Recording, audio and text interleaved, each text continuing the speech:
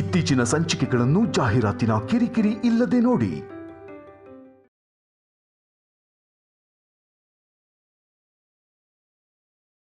ಅವನಿ ನಿನ್ ಸ್ವಂತ ತಂಗಿನೇನಾ?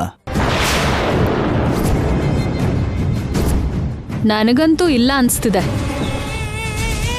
ಲಾವಣ್ಯನ್ಗೆ ಅಲ್ಲ, ನಮ್ ಬ್ಯಾಚ್ ಅಲ್ಲಿ ಯಾರಿಗೂ ಅವನಿ ನಿನ್ ತಂಗಿ ಅಂತ ನಂಬೇಕು ಅನ್ನಿಸ್ತಾನೆ ಇಲ್ಲ.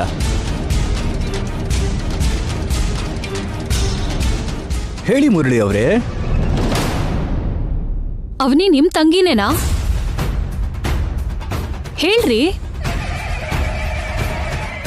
ನನ್ ತಂಗಿನೇ, ನನ್ ತಂಗಿನೇ.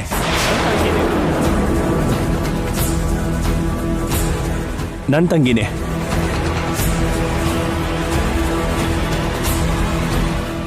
ಒಡ ಹುಟ್ಟಿದ ತಂಗಿನೇ.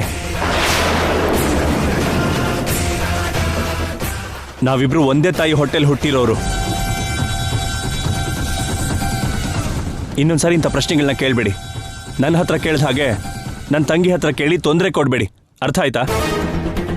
ವಾರ್ನಿಂಗ? ಹಾಗನ್ಕೊಂಡ್ರೂ ಪರವಾಗಿಲ್ಲ. ನಮ್ಮ ಮನೇಲೆ ಅತಿಥಿಯಾಗಿದ್ದು ನಮ್ಗೆ ವಾರ್ನಿಂಗ್ ಕೊಡ್ತಿದ್ಯಾ ಅಂದ್ರೆ ತುಂಬಾ ಗ್ರೇಟ್. ಅತಿಥಿ ಹೊರಗ್ನೋಳು ಅಂತ ಎಷ್ಟು ಸಾರಿ ಹೇಳ್ತೀರಾ? ಅತಿಥಿನ ಅತಿಥಿ ಅಂತಾನೆ ಹೇಳ್ತಾರೆ ಮುರಳಿ ಅವರೇ. ಹೊರಗಿನೋಳು ಅಂತಾನೆ ಹೇಳೋದು. ಮತ್ತಿನ್ನೇನ್ ಮನೆ ಸೊಸೆ ಅನ್ಬೇಕಾ? ನಿಮ್ ತಂಗಿ ನಮ್ಮನೆ ಕಾಲಿಟ್ಟ ಕ್ಷಣದಿಂದ ನಾವೆಲ್ಲರೂ ತುಂಬಾನೇ ತೊಂದರೆ ಪಡ್ತಾ ಇದ್ದೀವಿ. ಆದಷ್ಟು ಬೇಗ ಕರ್ಕೊಂಡು ಹೋದ್ರೆ ಚೆನ್ನಾಗಿರುತ್ತೆ ಮುರಳಿ ಅವರೇ. ಅವನಿ ಶ್ರೀಕರ್ ಮಧ್ಯೆ ಏನೋ ರಿಲೇಶನ್ಶಿಪ್ ಇದೆ ಅಂತ ನಮ್ಮ ಅನುಮಾನ.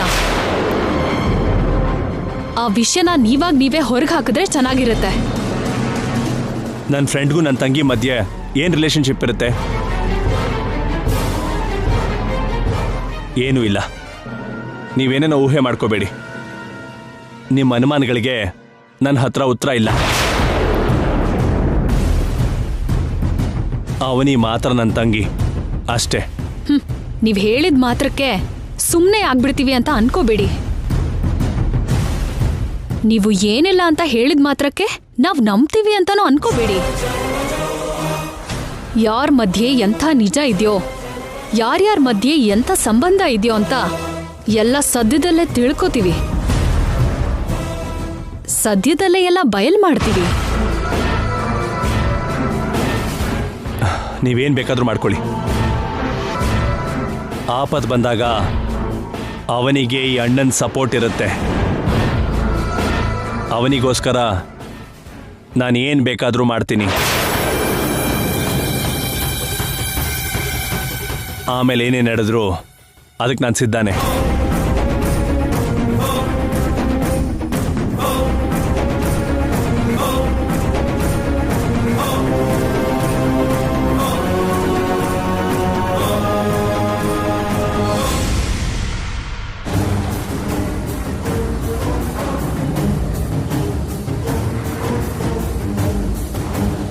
ಅವ್ರಿಬ್ರಿಗಿಂತಾನೂ ಇವನೇ ದೊಡ್ಡ ಕಳ್ಳನ್ ತರ ಕಾಣಿಸ್ತಿದ್ದಾನೆ.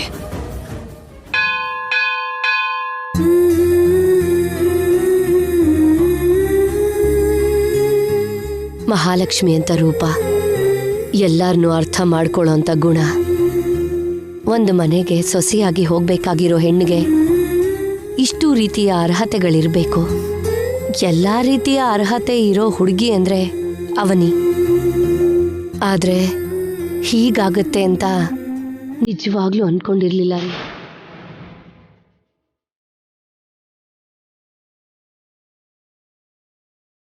ಜಾತಕ ಹೊಂದಾಣಿಕೆ ಆಗಿದ್ರೆ ಕಲ್ಮಶ ಇಲ್ದಿರೋ ಆ ಮನ್ಸು ನಮ್ಮಲ್ಲಿ ಒಂದಾಗ್ತಿತ್ತು.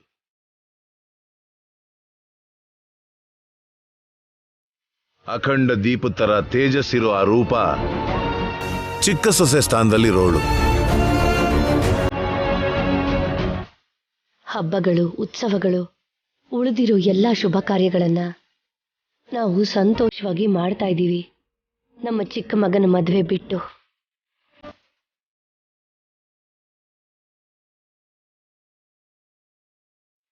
ಆವಾಗ ನೋಡಿದ್ರೆ ಆ ಪವಿತ್ರ ಕುಟುಂಬದವರು ಜಾತಕದ ವಿಷಯದಲ್ಲಿ ದೊಡ್ಡ ಸುಳ್ಳನ್ನು ಹೇಳಿ ಮೋಸ ಮಾಡಿದ್ರು. ಇವಾಗ ನಾವು ಇಷ್ಟಪಟ್ಟಿದ್ದ ಹುಡುಗಿ ವಿಷಯದಲ್ಲಿ ಹೀಗಾಗೋಯ್ತು. ಅವನ್ ಮದ್ವೆಗೆ ಇಷ್ಟೊಂದು ಅಡಚಣೆಗಳು ಯಾಕೋ ಅರ್ಥ ಆಗ್ತಾ ಇಲ್ಲ.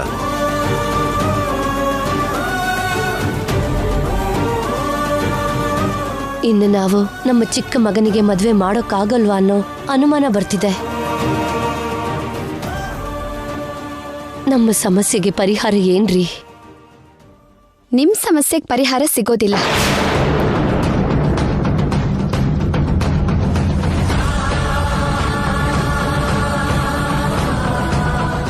ನಿಮ್ ಸಮಸ್ಯೆಗೆ ಪರಿಹಾರ ನೀವು ತಲೆ ಕೆಳಗಾಗಿ ತಪಸ್ ಮಾಡಿದ್ರೂ ಸಿಗೋದಿಲ್ಲ. ನೀವೇ ಮಾಡಿರೋ ತಪ್ಪುಗಳಿಗೆ ಶಾಪಕ್ಕೊಳಗಾಗಿರೋರು ಕೆಲವು ವರ್ಷಗಳ ನಂತರ ಯಾರೋ ಒಬ್ರು ದಯೆಯಿಂದ ಶಾಪ ವಿಮೋಚನೆ ಪಡಿತಿದ್ರು. ಕೆಲವರು ಮಾತ್ರ ಯುಗಾಂತ್ಯವಾದ್ರೂ ಶಾಪಗ್ರಸ್ತರ ಹಾಗೆ ಉಳ್ಕೋತಿದ್ರು. ನೀವು ಕೂಡ ಆ ಗುಂಪಿಗೆ ಸೇರಿದೋರೇ ಆಗಿರ್ತೀರ. ಮಹಾಪಾಪ ಮಾಡ್ದೋರಿಗೆ ಮಾತ್ರ ದೇವ್ರು ಅಷ್ಟು ದೊಡ್ಡ ಶಿಕ್ಷೆ ವಿಧಿಸ್ತಾನೆ. ನೀವು ಬದುಕಿರೋ ಅಷ್ಟು ದಿನ ಆ ಶಾಪನ ಅನುಭವಿಸೋದು ತಪ್ಪಲ್ಲ. ನಾವು ಯಾರಿಗೂ ಯಾವ ಅನ್ಯಾಯನೂ ಮಾಡಿಲ್ಲ. 10 ಜನರಿಗೆ ಸಹಾಯ ಮಾಡಿದಿವೆ ಹೊರತು ಶಾಪಕ್ಕೆ ಗುರಿಯಾಗೋ ತಪ್ಪು ನಾವೇನು ಮಾಡಿಲ್ಲ. ಮಾಡಿದೀವಿ ಅಂತ ಅನ್ಕೊಳ್ಳೋರು ವರ್ಷಗಳಿಂದ ಅಪಾರ್ಥದಿಂದ ಬದುಕ್ತಿದ್ದಾರೆ ಅಂತ ಅರ್ಥ. ಹಾಗಂತ ನೀವು ಸಮರ್ಥಿಸ್ಕೊಂಡ್ರೆ ಸರಿ ಹೋಗಲ್ಲ. ಒಡ ಹುಟ್ಟಿ ತಂಗಿ ಮಗಳಿಗೆ ಅನ್ಯಾಯ ಮಾಡಿರೋ ಶಾಪ ನಿಮ್ಮನ್ನ ಸುಮ್ಮನೆ ಬಿಡಲ್ಲ. ನಿಮ್ ಮನೆ ಸೊಸೆ ಮಾಡ್ಕೋತೀನಿ ಅಂತ ಆಸೆ ತೋರಿಸಿ ಆಮೇಲೆ ಬರಿಗೈ ತೋರಿಸ್ತವ್ರಿಗೆ ಆ ಹೆಣ್ಣಿನ ಶಾಪ ತಾಗ್ದೆ ಹೋಗಲ್ಲ. ಹೆಣ್ಣಿನ ಮನ್ಸಲ್ಲಿರೋ ಪ್ರೀತಿ ದ್ವೇಷವಾಗಿ ಬದಲಾಗಬಾರ್ದು. ಒಬ್ಬ ಹೆಣ್ಣಿನ ಕಣ್ಣೀರು ನೋವಾಗಿ ಬದಲಾಗಬಾರ್ದು. ಹಾಗ್ ಬದಲಾಯಿತು ಅಂದ್ರೆ ಯಾವತ್ತೋ ಒಂದಿನ ನಿಮ್ಮಂಥವ್ರು ಮುಳುಗ್ ಹೋಗ್ತಾರೆ. ನನ್ನ ತಂಗಿ ನನ್ನ ಭಾವ ದೂರ ಆಗಿದ್ದಕ್ಕೆ ವರ್ಷಗಳಿಂದ ನಾನು ಅನುಭವಿಸ್ತಿರೋ ನರಕ ನಿನ್ಗೆ ಎಷ್ಟು ಹೇಳಿದ್ರು ಅರ್ಥ ಆಗಲ್ಲಮ್ಮ. ಇನ್ನು ಎಷ್ಟು ದಿನ ಅಂತ ನಮ್ಮನ್ನು ನೀನು ಹೀಗೆ ಅಪಾರ್ಥ ಮಾಡ್ಕೊಂಡಿರ್ತೀಯ?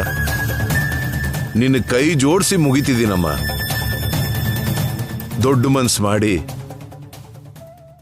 ನಮ್ಮನ್ನು ಕ್ಷಮಿಸ್ಬಿಡಮ್ಮ. ನನ್ ಮನ್ಸು ಯಾವಾಗ್ಲೂ ದೊಡ್ಡದೆ, ಆದ್ರೆ ಆ ಮನ್ಸಲ್ಲಿ ನಿಮ್ಗೆ ಯಾವತ್ತೂ ಜಾಗ ಇರಲ್ಲ. ಆಮೇಲೆ ಏನಾಯ್ತು? ಇನ್ನು ಮುಂದಕ್ಕೆ ನೀವಿನ್ನೂ ತುಂಬಾ ಅನುಭವಿಸ್ತೀರಾ. ತಂದೆ ತಾಯಿನ ಬೀದಿಗೆ ಬಿಡ್ತಿರೋ ಮಕ್ಕಳಿಗೆ ಎಂಥ ಗತಿ ಬರ್ತಿದ್ಯೋ ನಿಮ್ಮಿಬ್ರಿಗೂ ಅಂಥ ಗತಿನೇ ಬರತ್ತೆ. ಚಿಕ್ಕ ಮಕ್ಕಳ ಮೇಲೆ ದೌರ್ಜನ್ಯ ಮಾಡೋರ್ಗೆ ಎಂಥ ಗತಿ ಬರತ್ತೋ ನಿಮಗೂ ಅಂಥ ಗತಿನೇ ಬರತ್ತೆ. ನಿಮ್ ಮಗನಿಗೆ ಈ ಜನ್ಮದಲ್ಲಿ ಮದ್ವೆ ಆಗಲ್ಲ.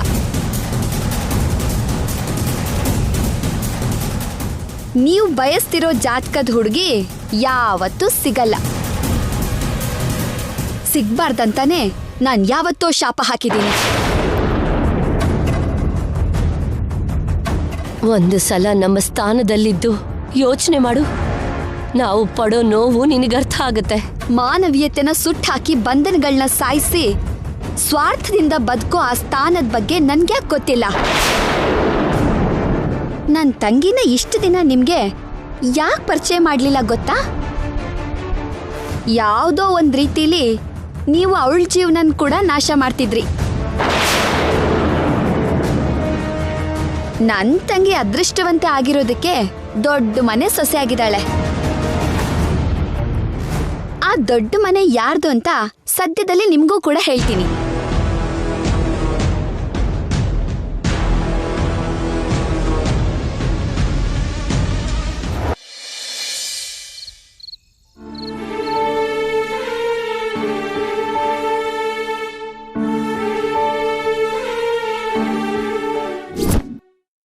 ಅವನಿ ಜಾತಕದ ವಿಷಯ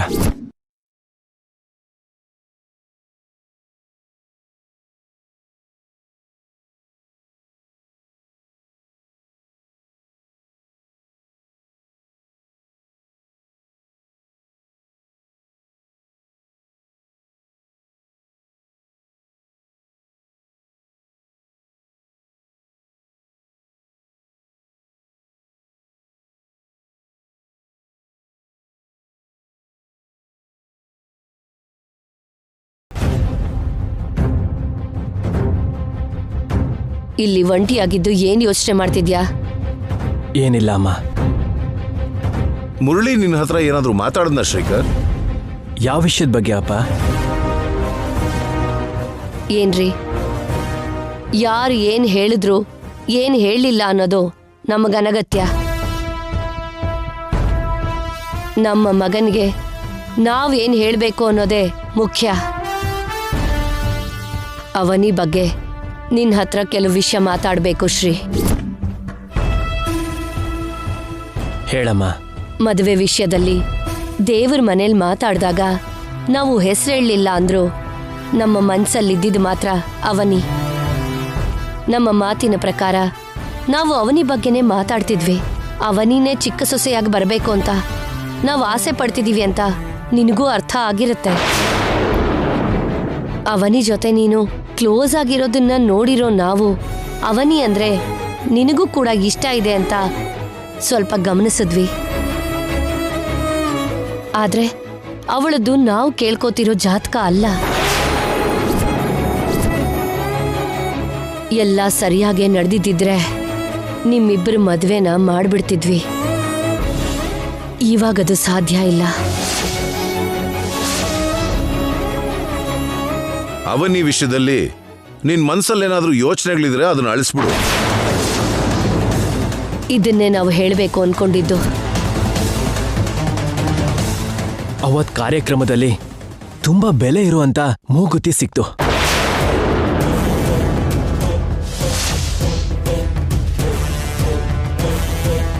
ನೀನ್ ಬಿಟ್ರೆ ಯಾರು ಮಾಡಕ್ಕಾಗ್ದಿರೋ ಅಂತ ಪ್ರಸಾದ ಮಾಡಿದ್ಲು.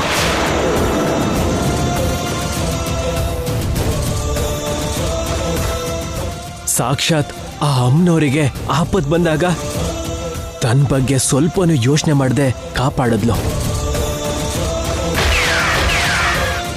ಅವಳು ನಮ್ಮ ಆಚಾರನ, ಸಂಪ್ರದಾಯನ, ಕಟ್ಟುಪಾಡುಗಳನ್ನ ಗೌರವಿಸ್ತಾಳೆ.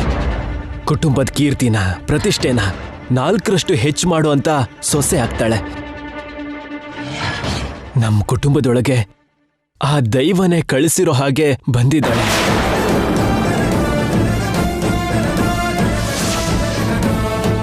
ಅಮ್ಮ, ಮತ್ತೊಂದ್ಸಲ ಯೋಚನೆ ಮಾಡಿ. ನಿಮ್ ನಿರ್ಧಾರದಲ್ಲಿ ಬದಲಾವಣೆ ಬಂದ್ರೆ ಒಳ್ಳೇದು ಅನ್ನಿಸ್ತಿದೆ. ಒಂದೇ ಒಂದ್ಸಲ ಯೋಚನೆ ಮಾಡಿ ಪ್ಲೀಸ್ ಅಮ್ಮ. ನೀನ್ ಹೇಳಿದ್ದೆಲ್ಲ ನಿಜಾನೇ ಶ್ರೀಕರ್. ಆದ್ರೆ ಜಾತಕ ಹೊಂದಾಣಿಕೆ ಆಗ್ತಿಲ್ಲ. ನಾವೇನ್ ಮಾಡಕ್ಕಾಗತ್ತೆ?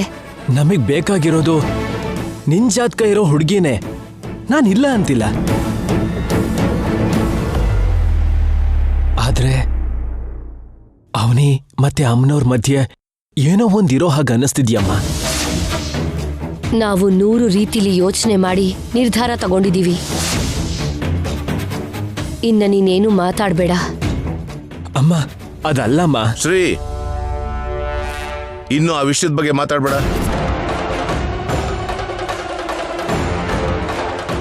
ಅಪ್ಪ, ಅದಲ್ಲ ಅಪ್ಪ. ಅವನಿ ಹೇಳ್ತಿದ್ರೆ ಅರ್ಥ ಆಗಲ್ವಾ ನಿಂಗೆ? ನಾನು ಊರಿಗೆ ಕೊಟ್ಟಿರೋ ಮಾತು ಮರ್ತು ಹೋಗಿದ್ಯಾ?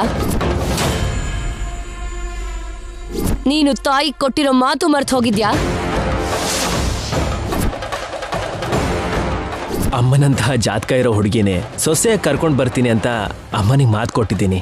ನನ್ನ ಮಾತನ್ನ ನಾನು ಉಳಿಸ್ಕೋತೀನಿ. ಅದೆಲ್ಲ ಮರ್ತು ಹೋಗಿ ಜನರು ನಮ್ಮ ಕುಟುಂಬಕ್ಕೆ ಬೈದ್ರು, ಆರೋಪಿಸಿದ್ರು, ದ್ವೇಷಿಸಿದ್ರು, ಅಸಹ್ಯ ಪಟ್ರು ಪರವಾಗಿಲ್ಲ ಅಂತ ನಿನ್ನ ಮದ್ವೆ ಮಾಡು ಅಂತ ಹೇಳ್ತಿದ್ಯಾ? ಏನ್ ಯೋಚನೆ ಮಾಡ್ತಿದ್ಯೋ? ಪ್ರಸಾದ ನೆಲಕ್ಕೆ ಬಿದ್ದಿದ್ದಕ್ಕೆ ಆವತ್ತು ರೈತರು ನಮಗ್ ಮತ್ತೆ ಕಷ್ಟ ಶುರುವಾಯ್ತು ಅಂತ ಎಷ್ಟೋ ಬೇಜಾರು ಮಾಡ್ಕೊಂಡ್ರು. ಜಾತಕ ಹೊಂದಾಣಿಕೆ ಆಗದೆ ಇರೋ ಅವನಿ ಜೊತೆ ನಿನ್ ಮದ್ವೆ ಆಯ್ತು ಅಂದ್ರೆ ಅದು ನಿಜ ಆಗುತ್ತೆ. ಅಮ್ಮನವರ ಮೂಗುತಿನ ಧರಿಸೋ ಅರ್ಹತೆ ನನ್ನ ಜಾತಕ ಇರೋ ಸೊಸೆಗ್ ಮಾತ್ರನೇ ಇದೆ. ಪ್ರಸಾದ ಮಾಡೋ ಅರ್ಹತೆ ಮೇಷರಾಶಿಲಿ ಕಾರ್ತಿಕ ಮಾಸದಲ್ಲಿ ಶುಕ್ರವಾರದ ದಿನ ಹುಟ್ಟಿರೋ ಹುಡುಗಿಗೆ ಮಾತ್ರನೇ ಇದೆ, ಮತ್ಯಾರಿಗೂ ಇಲ್ಲ. ಯಾವ ರೀತಿಯಿಂದ ನೋಡಿದ್ರು ಅವನಿಗೆ ನಮ್ಮ ಮನೆ ಸೊಸೆ ಆಗೋ ಅರ್ಹತೆ ಇಲ್ಲ. ಅರ್ಥ ಆಯ್ತಾ? ಅವನಿ ಮತ್ತೆ ನಿನ್ ಮಧ್ಯೆ ಸ್ನೇಹ ಸಂಬಂಧ ಮಾತ್ರ ಇರಬೇಕು.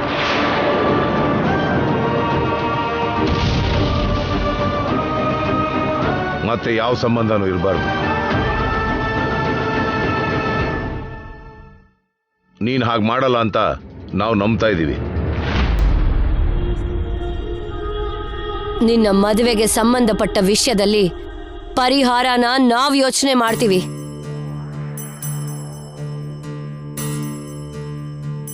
ಸರಿನಾ?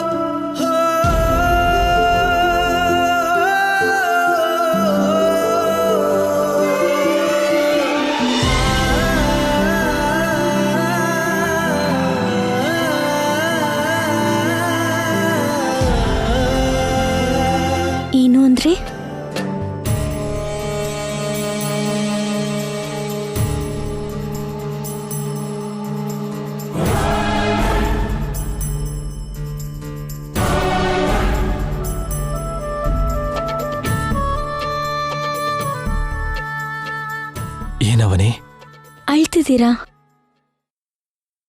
ಇಲ್ವೇ? ಮತ್ ನನ್ ಕಣ್ಣಿಗೆ ನಿಮ್ ಕಣ್ಣಲ್ಲಿರೋ ದುಃಖ ಯಾಕೆ ಕಾಣಿಸ್ತಿದೆ? ಆನಂದಕ್ಕೋಸ್ಕರ ಕಾಯೋ ಕಣ್ಣು, ಆಸೆಗಳು ಯಾವತ್ತೀರುತ್ತೋ ಅಂತ ಕಾಯೋ ಕಣ್ಣು ಹೀಗೇನೆ ಕಾಣಿಸುತ್ತೆ. ನಿಮ್ ಮಾತಲ್ಲಿ ನಿಮ್ ಹೃದಯ ಎಷ್ಟು ಭಾರನ ಹೊತ್ತಿದೆ ಅಂತ ಕಾಣಿಸ್ತಾ ಇದೆ. ಯಾವುದ್ರ ಬಗ್ಗೆ ಯೋಚನೆ ಮಾಡ್ತಿದ್ದೀರಾ? ನಮ್ಮ ಮದ್ವೆ ವಿಷಯನ ಹೇಗ್ ಹೇಳ್ಬೇಕು ಅನ್ನೋ ವಿಷಯದ ಬಗ್ಗೆ ಅಲ್ವಾ? ಹೌದು, ನಿನ್ ಮೇಲೆ ಸಮುದ್ರದಷ್ಟು ಪ್ರೀತಿ ಇದೆ. ನಿಜ ಹೇಳೋದಕ್ಕೆ ಚಿಕ್ಕ ಹನಿಯಷ್ಟು ಧೈರ್ಯ ಬರ್ತಿಲ್ಲ. ಕಾಲ ಕಳಿತಿರೋ ಹಾಗೆ ಸಿಹಿಯಾದ ನೆನಪುಗಳೆಲ್ಲ ಭಾರವಾಗಿ ಬದಲಾಗ್ತಿದೆ. ಆ ಭಾರ ಕಡಿಮೆ ಆಗ್ಬೇಕು ಅಂದ್ರೆ ನಿಜ ಬಯಲಾಗ್ಬೇಕು. ಅಮ್ಮನಿಗೇನಾದ್ರೂ ಆಗುತ್ತೇನೋ ಅನ್ನೋ ಸ್ವಾರ್ಥದಿಂದ ಹೆಂಡ್ತಿಗೆ ಇನ್ನೆಷ್ಟು ನೋವು ಕೊಡ್ತೀನೋ ನನಗೆ ಅರ್ಥ ಆಗ್ತಿಲ್ಲ. ನನ್ನ ಫ್ರೆಂಡ್ ಗೀತಾ ಹೇಳ್ದ ಹಾಗೆ ಆ ಸೀತಾರಾಮರು ಕಾಡ್ನಲ್ಲೊಬ್ರಿದ್ದು, ಅಯೋಧ್ಯೆಯಲ್ಲೊಬ್ರಿದ್ದು, ನೋವನ್ನು ಸಹಿಸ್ಕೊಂಡ್ರೆ ನಾವು ಎದುರೆದುರಿಗೆ ಇದ್ದು ನೋವನ್ನ ಸಹಿಸ್ಕೊಳ್ತಿದ್ದೀವಿ. ಎಷ್ಟು ದಿನ ಆದ್ರೂ ಎಷ್ಟೇ ಕಷ್ಟ ಬಂದ್ರು, ಬೆಂಕಿ ಮೇಲೆ ನಡಿ ಅಂದ್ರು, ಮುಳ್ಳಿನ ಮೇಲೆ ಉರುಳು ಅಂದ್ರು, ಏನ್ ಮಾಡೋದಕ್ಕಾದ್ರೂ ನಾನ್ ಸಿದ್ಧಾನೆ. ನಿಮ್ಮಿಂದ ದೂರ ಆಗೋದಿಲ್ಲ ಅನ್ನೋವರೆಗೂ. ನೀವೇ ದೂರ ಆಗ್ತೀರಿ ಅನ್ನೋದಾದ್ರೆ ನಾನು ಈ ಲೋಕದಿಂದಲೇ ದೂರ ಆಗ್ಬಿಡ್ತೀನಿ.